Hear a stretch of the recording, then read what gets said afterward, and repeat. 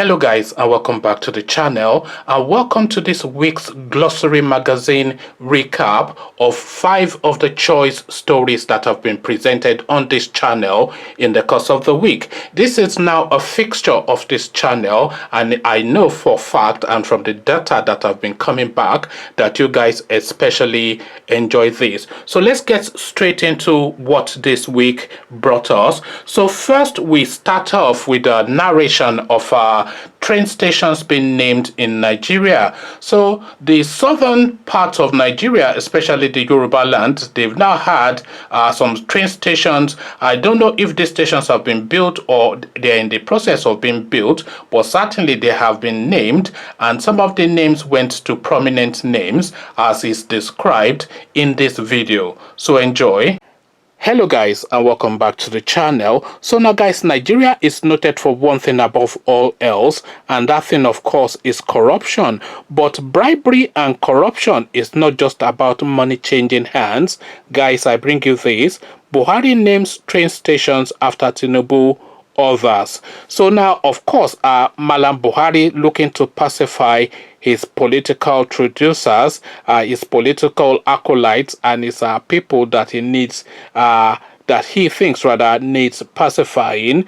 Again, the headline: Buhari names train stations after Tinubu others. So now let's now see how this fleshes out. Nigerian President Muhammadu Buhari has approved the renaming of several train stations after some selected personalities in the country. In a statement released by the Ministry of Transportation on Monday, it was said that the president approved the naming of the stations along Lagos-Ibadan and Ipate-Ajaokuta/Adaja/ Warri corridors. Some of the prominent Nigerians honored are the national leader of the All Progressive Congress APC, Asiwaju Bola Tinubu, the Minister of Works and Housing, Raji Fashola, former governor of Ogun State, Amero Olusegun Oshoba, amongst others. The ministry noted that the deserving citizens have contributed to the progress and development of their respective communities and the nation at large. Below is a list of the Nigerians who were conferred with the names of train stations. The Lagos-Ibadan with the extension to the Lagos-Port Harcourt complex at Apapa rail station. So here is now the list of the names and the stations that have been named after them. Bola Ahmed Tinubu Apapa station. So Apapa station has been named after Tinubu. Mobolaji Johnson Ebute Metta station. So that's been named after Mobolaji Johnson. Babatunde Raji Fashola Agege station. So of course that's that. Lateef Jakonde Agbado station. So that's what Jakonde got. Professor Yemi Oshibanjo Kajola station. So Kajola named after Oshibanjo. Funmilayo Ransom Kuti Papalanto station. So Papalanto named after Ransom Kuti. Professor Wole Soyinka Abeokuta station, an obvious choice. Aremo Segun Oshoba Olodo station, or Olodo station. I don't know how you pronounce it, but that's what's been named after him. Chief Ladoka Akintola Omio Adio station. So that's what he got. Chief Obafemi Awolowo Ibadan station. So of course a prominent station for a prominent name. Chief Alex Ekweme Operation Central Center. So a station hub has been named after Ekweme. So the Itakpe to Ajaokuta / Alaja and Warri rail. So this is now what they got. Alhaji Adamuata Itakpe station. I thought that was named after Goodluck Jonathan. So they are now saying Alhaji Adamuata. So what Alhaji Adamuata has to do with the South is only left to Buhari and his Fulani acolytes. Dr. Olushola Saraki Ajaokuta station. So now Saraki being brought back into the fray. Admiral Augustus Ikomo Itogbo Station. So Ikomo gets one. Brigadier General George Ini Agenebodo Station. So that's his station. I'm not quite sure where that is. That sounds south to me. Anthony Enahoro Umoromi Station. So Anthony Enahoro rather gets one. Chief Tim Ikemi Ikehe Station. So that's his station. Brigadier General Samuel Igbemudia retired. Igbanke Station, that's his one. Good luck Ibele Jonathan Agbo Station Complex, so a real hub named after Goodluck Jonathan. Brigadier General David Ejo Abraka Station, so he gets Abraka. Michael Ibru Okpara Station, so Michael Ibru has Okpara Station named after him. And Alfred Rewani Ijewu Station. I'm not quite sure how that pronounces, but that is what he got. Alfred Rewano is UJEVWU Station. So however you pronounce that, that's what Alfred Rewano got. Vice Admiral Mike Ahigbe, Railway Village, Agbo. So now Agbo gets really a real big. So Goodluck Jonathan, of course, was looking after his own people, creating a real hub in that space, because of course that would then generate commercial activities, because commercial activities tends to gravitate around a rail station. So a money hub is created in his own locality. So now that is now the list of names of the stations now in the southwest regions, named after what and who Malam Buhari considers to be prominent names from that region, but of course is political acolytes, and is really using this to pacify people and to just bribe them, etc. Because this is bribery and corruption, by the way. As I said in the start of this video, bribery and corruption is not necessarily money's changing hands. So naming the Apapa station after Bola Ahmed Tinubu is certainly bribery and corruption, because the name of the Apapa station already picks itself, which is of course Apapa station. It doesn't have to be named after any sort of political 419 guy. Apapa station is Apapa station, so that just stands at its own. Ebutemeta is a Butemeta station, but Mobalaji Johnson, of course, is a name that sits outside the corruption spectrum, so we can have that one. And Raji Fashola, I don't know why Agege station is being named after Raji Fashola. Agege station is sufficient enough of its own to stand alone. Agege is a robust part of Lagos State. Everybody knows Agege, and Agege station is Agege station. Why is now Raji Fashola station? Nobody knows. Even though it has not even been built, I don't really think. So conversations in the comment section. I am describing it as bribery and corruption. How are you describing it though? Is what my interest is. But that is where my interest lay. Come tell me thoughts. But before you do that, click on the red subscribe button so it turns gray. The bell button notifies you every time I drop a new video. Click on like as well, because that helps with the YouTube algorithm. Once you've done all three, then come into the comment section. Come tell me what you're making of this move that's been made to pacify his political traducers, as I've described in the comment section by Malam Buhari, of course. So come tell me thoughts in the comment section. So I'll leave you here. Carry this conversation on with you in the comment section. But here I say peace. Hope you enjoyed that. Next, we're going to literature. And when you're speaking literature in Nigeria, of course, you're speaking Wole Soyinka.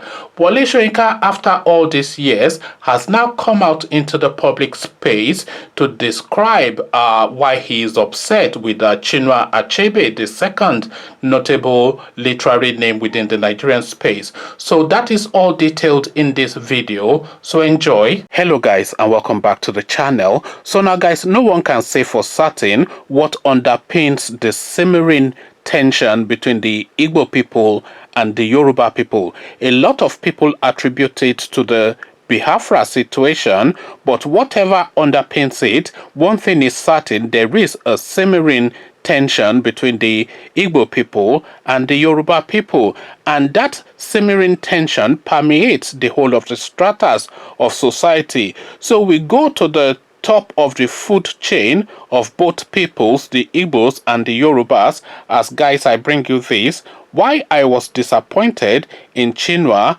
Achebe, a headline attributed to Wole Soyinka. So, of course, the head of the food chain, I said, you don't get more prominent amongst the Igbos than Chinua Achebe. Things Fall Apart and all that. Seminal books, you know, iconic books, all of the books that he wrote. And you don't get more premier than Wole Soyinka amongst the Yorubas, and even really in the entirety of Nigeria and Africa. So, the whole of the list of Wole Soyinka's, Opera One Your See, and all these kind of books that he wrote, An Arrow of the Gods. So it's just countless books. I can't recount a lot of them just off the top of my head, but the works are there. Abiku, one of my favorite poems that he wrote, but one of my favorite poems that he wrote was a poem called Telephone Conversation, which detailed him trying to get an apartment whilst he was in London. He saw, anyway, I'm not going to recount the whole poem. You go read it. Telephone Conversation by Wole Soyinka. So I'm just making this point to make the point that these are premier people within the two societies, the Igbos and the Yorubas. So again, the headline: why I was disappointed in Chinua Achebe, a headline attributed to Wole Soyinka. Now let's now see why Prof was disappointed in the notable writer Chinua Achebe. Professor Wole Soyinka has admitted he was disappointed by remarks made by the late renowned novelist Professor Chinua Achebe shortly after he, Soyinka, won the Nobel Prize for Literature in 1986. Soyinka revealed this in a chat with Oke Ndibe, aired on Channels Television's Book Club. Ndibe, during the conversation, recalled how Achebe once said the Nobel Prize did not make one the Asiwaju of African literature. He then asked Soyinka how he felt about the statement at the time. In response, Soyinka said the subject was not even literature when he, Achebe, made that statement. I was disappointed that he created a nexus between my normal socio-political life and my normal way of articulating an opinion. It was almost like because I won the Nobel Prize, I have no right to offer to do what I used to do before all my life. I responded to it, even though I wanted to make light of it. So now, it was really because I recall that period too vaguely. It was really when Soyinka got that Nobel Prize that seemed to jar Chinua Achebe somewhat, because Soyinka then was suddenly being celebrated as the foremost not only Nigerian writer but African writer as well. And Achebe, of course, being a prominent writer in his own right, did not really take too kindly to that, because he has this body of work that obviously matches up to, I'm not even going to say that he feels matches up to Wole Soyinka's body of work. If you've ever read Chinua Achebe's books, any of Chinua Achebe's books, it matches up to anything written by anyone. Chinua Achebe used to be one of my favorite writers. Chinua Achebe, Ngugi wa Thong, I think his name is. I think he's from East Africa. He's not Kenyan, but he's from East Africa somewhere. Mind Boy is one of my favorite books by that guy Ngugi Watong. Mine Boy, M-I-N-E, so coal mining sort of, or gold mining. So Mine Boy, that used to be my favorite book by that fella. And Chinua Achebe, I'm forever quoting from Chinua Achebe's books, so he was one of my favorites too. But the fact is, Wole Soyinka won that Nobel Prize, and that Nobel Prize, by the way, was highly politicized because Nigeria drove very hard for that prize, and they played the African card, they played the black card, they played all of the cards, and Wole Soyinka was deserving too because all of his books are seminal books celebrated all over the world. So it was an easy win then for Nigeria, but then it was a political thrust towards that Nobel Prize at the time. And Wole Soyinka, of course, was the banner that everybody was rallying behind. But then, as I said, this seemed to jar Chinua Achebe the wrong way, and he was then saying that I remember he was saying something like is the Basharon of African literature now or something, and then was retorting that no, I'm not the Basharon of African literature, I'm the Ogwefi. So they were doing all these tit for tat little missives in the public space before I think somebody probably prevailed on them to calm themselves down. But then again, the simmering tensions between the Igbos and the Yorubas is even at the lofty heights of the ivory towers of intelligentsia, like people like Achebe and Soyinka. So what underpins it is really the thrust of this video, and this is the question that I am putting to you. Come give me your answers in the comment section, but before you do that, click on the red subscribe button so it turns gray. The bell button notifies you every time I drop a new video. Click on like as well because that helps with the YouTube algorithm. Once you've done all the clickings, come into the comment section, then come explain to me where there's this underbelly of tension between the Igbos and the Yorubas. So I'll leave you here, carry this conversation on with you in the comment section, but here I say peace. Hope you enjoyed that. Next is a funny and a curious one. A person from Niger Republic has been appointed as an ambassador for Nigeria.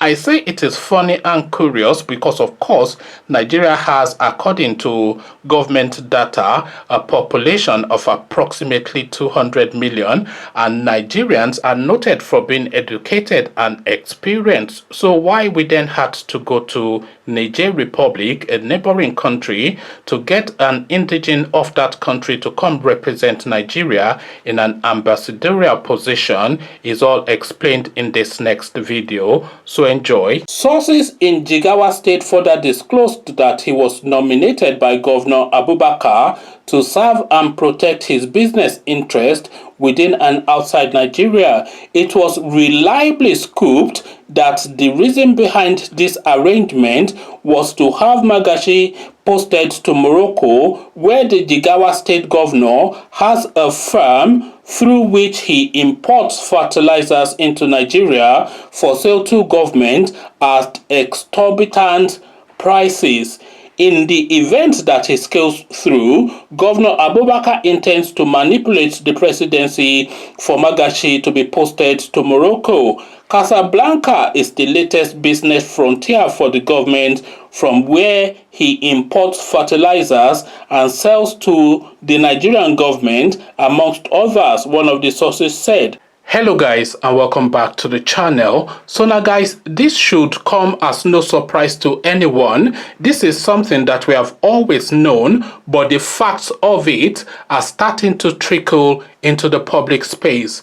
Guys, I bring you this. Niger Republic citizen nominated as non-career ambassador by Malam Buhari after claiming to be from Jigawa State. So of course, the Fulanis, they've always considered that the Nigerian space and the entirety of the West African sub-region belongs to them. And really, it doesn't really matter whether it's from Niger Republic or Chad or whatever, so long as it's a Fulani man, then of course is eligible for a Nigerian position according to Malam Buhari. So again, the headline, Niger Republic citizen nominated as non-career ambassador by Malam Buhari after claiming to be from Jigawa State. So now let's not get into the details of it. Malam Ali Mohammed Magashi, one of the recently appointed non-career ambassadors by President Muhammadu Buhari, has been discovered to be originally from Niger Republic and not Jigawa State as claimed. Magashi's immediate younger brother from the same parents, Amadua Haruna, aka Dennis, is a lawmaker and a member of the Convention Democrate et Social, one of the parties backing the incumbent president of Niger Republic, Issaoua Mohamedou. His late father, Harutella, is said to have arrived in Nigeria as a refugee in 1972 as a result of drought and subsequent famine that swept across the West African Sahel region at the time. He settled at a village in Jigawa State on the outskirts of Babura, a border town between Nigeria and Niger Republic, where Governor Abubakar was born. It was there that the Jigawa governor met Magashi and formed a friendship that will last till this day. As a child in Nigeria, the ambassador nominee was known as Ibrahim Haruna, but got admission into Government Technical College, Wudil, Kano State, as Ali Mohammed Magashi in 1977. He has kept that name till date. Recall that President Buhari had on July 1st, 2020, in a letter sent to the Senate, asked for the confirmation of the appointment of 41 non-career ambassadors designate, including Magashi. The Senate, however, confirmed 39 of them and stood down the confirmation of nominees from Niger and Yobe states to resolve what the committee described as a mix-up. Despite being from Niger Republic, Magashi sailed through the screening exercise and is set to assume duties as an ambassador for Nigeria. To achieve this, he cleverly refused providing information about his parents and the primary school he attended during the Senate screening. Sources in Jigawa State further disclosed that he was nominated by Governor Abubakar to serve and protect his business interest within and outside Nigeria. It was reliably scooped that the reason behind this arrangement was to have Magashi posted to Morocco, where the Jigawa State governor has a firm through which he imports fertilizers into Nigeria for sale to government at exorbitant prices. In the event that he scales through, Governor Abubakar intends to manipulate the presidency for Magashi to be posted to Morocco. Casablanca is the latest business frontier for the government, from where he imports fertilizers and sells to the Nigerian government, amongst others, one of the sources said. Calls across to Magashi for reactions to the findings were not responded to as of the time of this report. So, as I said, this comes as no surprise to anyone, of course, because the biggest problem that the Nigerian state, you talk about corruption all the time, but the biggest problem that the Nigerian state has is really these Fulani people. And why these Fulani people are a problem to Nigeria is because they don't really consider Nigeria as anything other than an opportunity to loot and pillage. So the Nigerian experiment is nothing more or less to the Fulanis than just an opportunity to loot and pillage, because the Fulanis are quite insular in their being and they're quite singular in their person. So if you are a Fulani man, you are a Fulani man. It doesn't matter whether you fall within the Nigerian cusp, within Niger Republic, Chad, or wherever, or Senegal, wherever. If you're a Fulani man, you're a Fulani man, and the Fulani people consider themselves a nation to themselves. So if a Fulani man then has that opportunity to take over the resources of any part of Africa, he will just take it over and have his people come in and milk it till they completely run it dry. This is really what their mindset is, and that mindset, of course, is now what has led to this person from Niger Republic being brought in from his own country, from Niger Republic, into the Nigerian space to be nominated by the Fulani president of Nigeria, Malam Buhari, as an ambassador for the Nigerian space. So this Fulani person from a foreign country will be representing the Igbo people, the Yoruba people, and the Tiv people, people who he has no allegiance to, and he has no link to, and he has no alliance to. So he'll be acting on their behalf, on the books, that is. But then, of course, what is there to do is to act in the greater interest of the Fulani people. And his Fulani cousin, Abubakar, the governor of Jigawa State, another foreigner, being a governor within the Nigerian space, because of course that Abubakar will be a foreigner too, by my reckoning. So he's now brought him in from his country, Niger Republic, into the Nigerian space, and is then handed him over to his own Fulani brother, Malam Buhari, to be made an ambassador over the Nigerian space, which includes the Yorubas and the Igbos, to then act on your behalf. But then, of course, it's not really acting on your behalf. It's acting on the behalf of his first immediate brotherhoods, which is Malam Buhari and this Abubakar fella, that is the governor of Jigawa State, and then, of course, the greater Fulani interest. So this is something that we have always known, and it has been brought to the fore again. We don't need to be told this too many more times for it to click into our brains. We're a colonized people according to the Fulanis, and we will continue to be a colonized people until we do something about it. But then what do we do about it is really the million-dollar question. So come give your million-dollar answers to this question in the comment section. But before you do that, click on the red subscribe button so it turns gray. Click on the bell button that notifies you every time I drop a new video. Click on like as well, because that helps with the YouTube algorithm. Once you've done all three, then come tell me now in the comment section what you're making of foreigners now being nominated as ambassadors within the Nigerian space. The criteria, of course, within the Malam Buhari regime are two things. You have to be Fulani and you have to be of his religion. And if you are those two things, then it doesn't matter what your qualifications are or your competence, then you just get the job. So the Fulanization agenda is now what you're seeing fleshed out in front of you. Come tell me what your take is. So I'll leave you here. Carry this conversation on with you in the comment section. But here I say peace.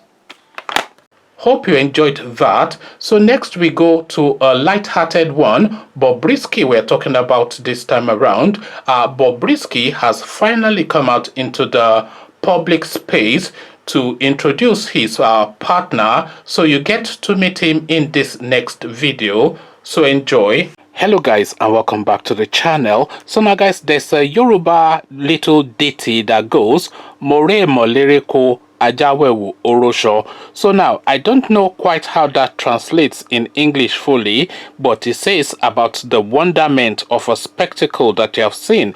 So now guys, I bring you this. Bobrisky finally unveils the identity of his beau as he shares photos of him. So Bobrisky, of course, are not a stranger to anybody listening to this video and watching this video. You all know who Bobrisky is, and this is the headline that we're now contending with.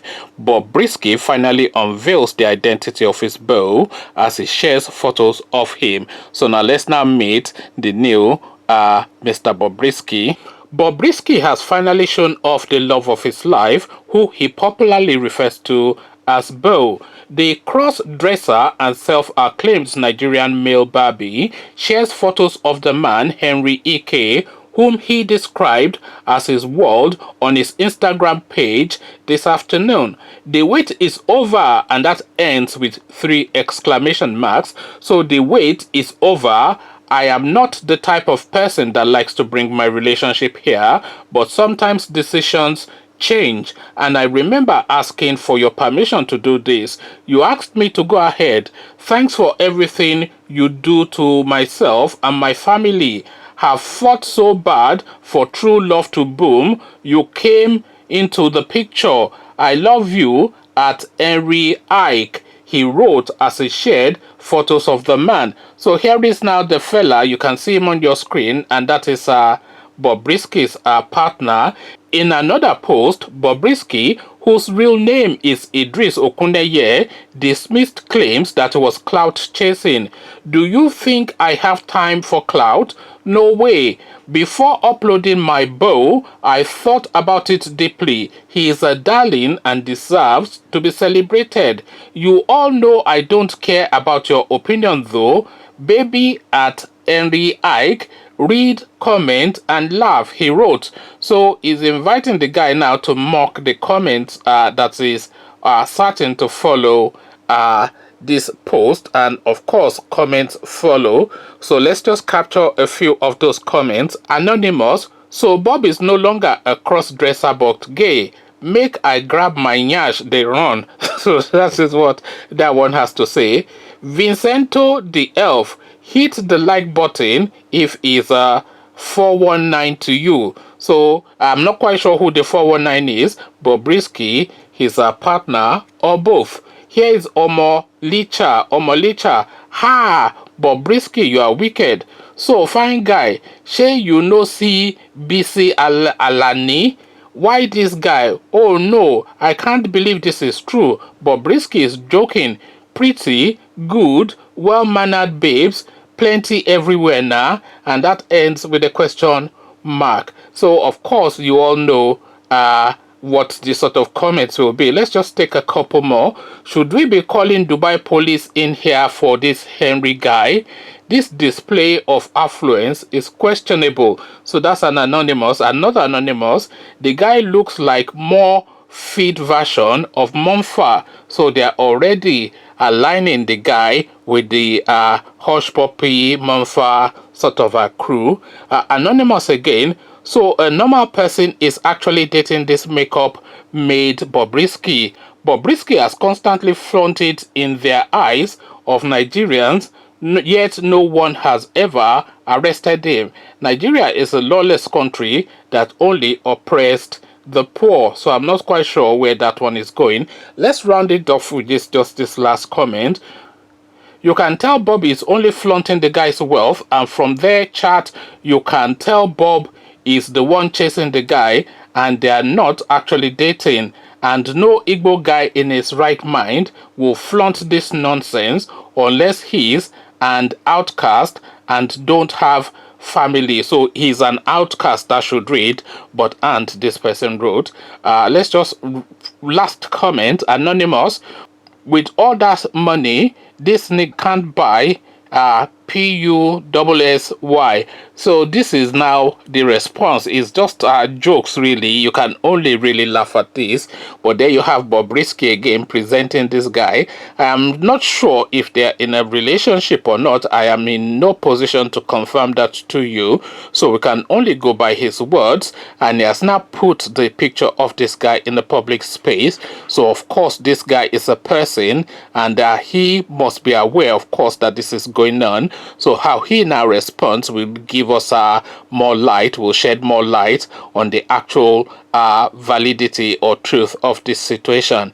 But Bobrisky again, never one of the headlines, has now come out with this bombshell again. What says you? Come share thoughts, conversations in the comment section. I'd like to know what you are making of this now new revelation by Bobrisky.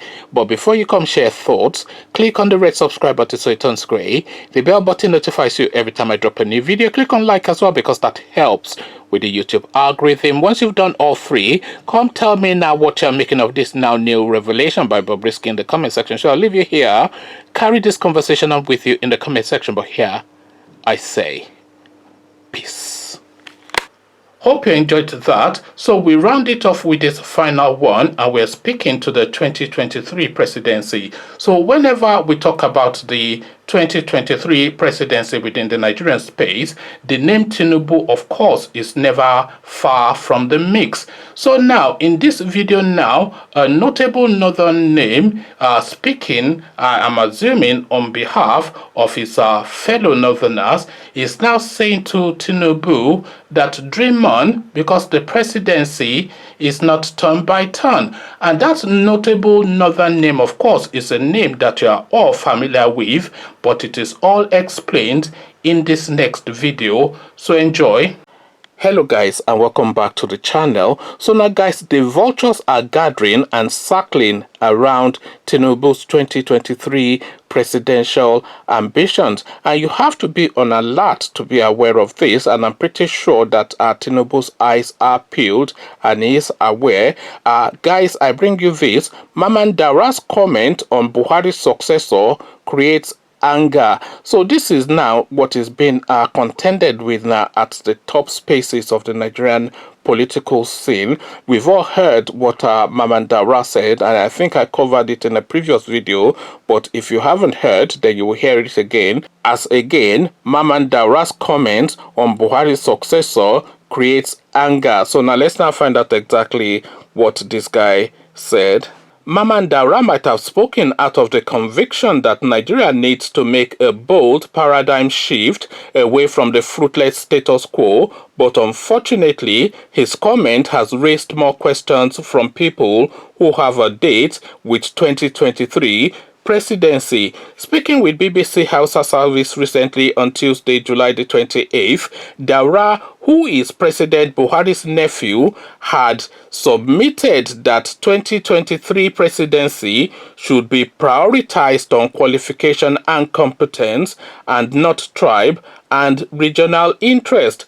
Recently, there have been calls for the 2023 presidency to be zoned to the southern regions of the country after the end of President Buhari's government. Familiar names including Bola Ahmed Tinubu, former Lagos State Governor, Kaduna State Governor Nasir El-Rufai, Minister of Transportation Rotimi Amechi, and a host of others have been identified as capable hands to succeed the president when his tenure ends. But Dara, who is an elder statesman and a major influence in Buhari's government, said Nigeria does not need a rotational presidency, which he said has been done 3 times. He instead posited that Nigeria must look beyond the region to elect its leader in 2023. Maman Dara said the best man should be voted to succeed his kinsman. In his words, rotation has been done once, twice, 3 times. It is important that this nation should be united as one. The most qualified / competent amongst the aspirants should be elected and not someone who comes from a particular zone.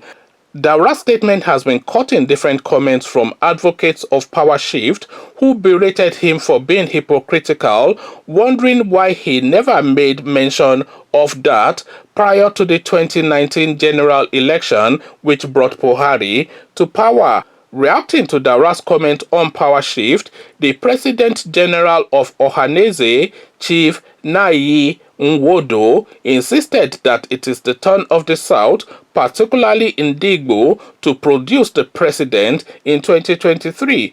The organization warned that equity should not be sacrificed at the altar of parochialism, since it was the rotation sentiment that produced the present incumbent.